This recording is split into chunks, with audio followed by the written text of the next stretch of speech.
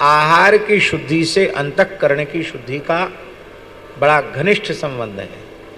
आहार जितना शुद्ध होगा अंतःकरण उतना ही शुद्ध होगा।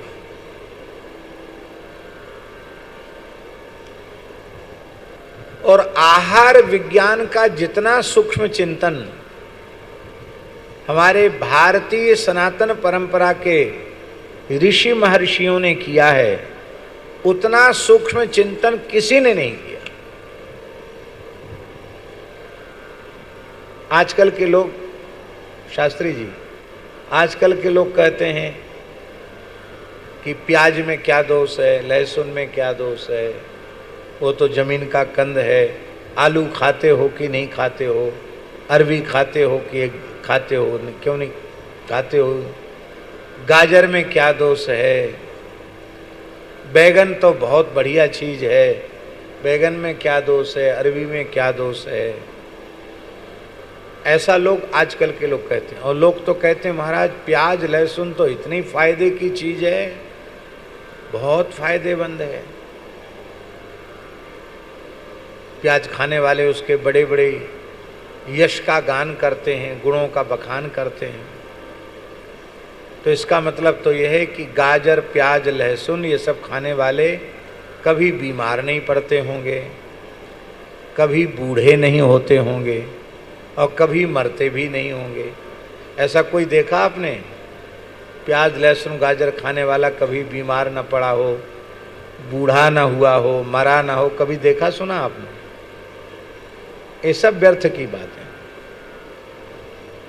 एक सज्जन ग्वालियर में आए, बोले हम बड़ी श्रद्धा से गाजर का हलवा बना के लाए हैं, बढ़िया भारतीय देसी गाय के दूध का प्रयोग करके, आप लीजिए। मैंने कहा हमारी ठाकुर जी को भोग नहीं लगता, हम नहीं लेते। अरे महाराज क्यों नहीं लेते हैं? गाजर आप नहीं खाते हैं? अरे राम राम, बहुत फायदे की चीज़ है। जाने कौन सा विटामिन बताया कि ए विटामिन, जाने सी विटामिन कौन सा होता है, नेत्र ज्योति के लिए बहुत अच्छा होता है। अब जो सज्जन बता रहे थे ना, वो खुद ही बहुत भारी पावर का चश्मा लगाए हुए थे। मेरा ध्यान चला गया उस पर। तो हमने ये नहीं कहा उनको कि आप, हमने सीधे ही उनसे कहा कि चलो हम तो नहीं खाते हैं, आप खाते हैं कि? अरे महाराज मैं तो सवेरे नाश्ता में गाजर ही खाता हूँ, गाजर का जूस पीता हूँ, गाजर सब्जी में लेता हूँ, सलाद में लेता हूँ, तो हलवा तो हमको बहुत प्रिय है। फिर मैंने कहा तुम्हारी आँख की ज्योति क्यों नहीं बढ़ी? तुम तो इतना मोटा चश्मा लगाए कि चश्मा निकाल दो तो तुमको दिखाई ना पड़े। बोले क्या करें, वो वीकनेस हमारी आँखों में शुरू से ही है। अरे तो गाजर ने क्या काम किया तो सो तो बताओ। तो चुप हो गया। क्या उत्तर देता? क्या दोष है? सबसे बड़ा दोष है जिन पदार्थों को ऋषियों ने खाने का निषेध किया है, उन पदार्थों के भक्षण से हमारे भीतर रजोगुण और तमोगुण की वृद्धि होती है। तो रजोगुण तमोगुण की वृद्धि कारक जो तत्व हैं उनको नहीं खाना चाहिए। जो शुद्ध सात्विक तत्व हैं, और इसका सबसे बढ़िया विज्ञान आचार्य जी यही है कि जो वस्तु भगवान को भोग नहीं लग सकती है, उस वस्तु को हम आहार के रूप में न लें। अपने आप हमारा आहार शुद्धि हो जाएगी, अपने आप आहार शुद्धि हो जाएगी। बैगन में कुछ थोड़ा सा विचार लोग रखते हैं कि श्वेत वृंताकस्य निषेधा न तो कृष्ण वृंताकस्य, ऐसा भी कहीं विवेचन किया है कि सफ़ेद बैगन का निषेध है, काले बैगन का नहीं, क्योंकि वो तो शालिग्राम जी के समान वर्ण वाला है, उसका निषेध क्यों करेंगे। लेकिन हमको ऐसा लगता है कि ये बैगन खाने वालों ने ही अपनी पंडिताई उसमें प्रविष्ट करा दी। अरे नहीं खाओगे बैगन तो क्या हानि हो जाए। तो जो वस्तु भगवान को भोग नहीं लग सकती है, उस वस्तु को आहार के रूप में नहीं लें। पुराणों में स्पष्ट मैंने अपनी आंखों से पढ़ा है, मूल पारायण में। इसमें श्राद्ध पक्ष चल रहा है, गाय के गव्य पदार्थ से इतर भैंस अथवा बकरी के दूध या दही का प्रयोग होते ही, घी का प्रयोग होते ही श्राद्ध तत्काल नष्ट हो जाता है। उसको भूत प्रेत पिशाच ग्रहण कर लेते हैं, वो पितरों तक नहीं जाता है।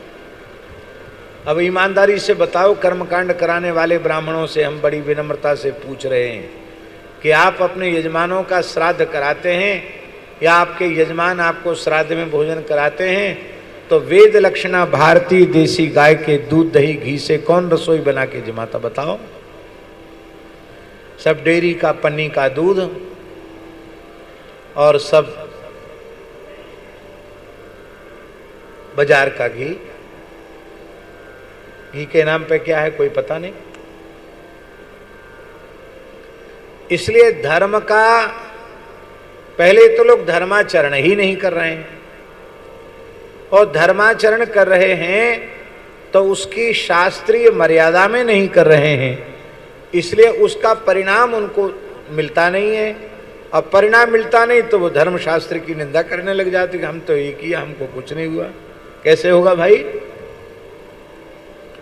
अब शास्त्रों में लिखा है विशिखा व्युपवीतश्च यत् करोति न तत्कृतम्।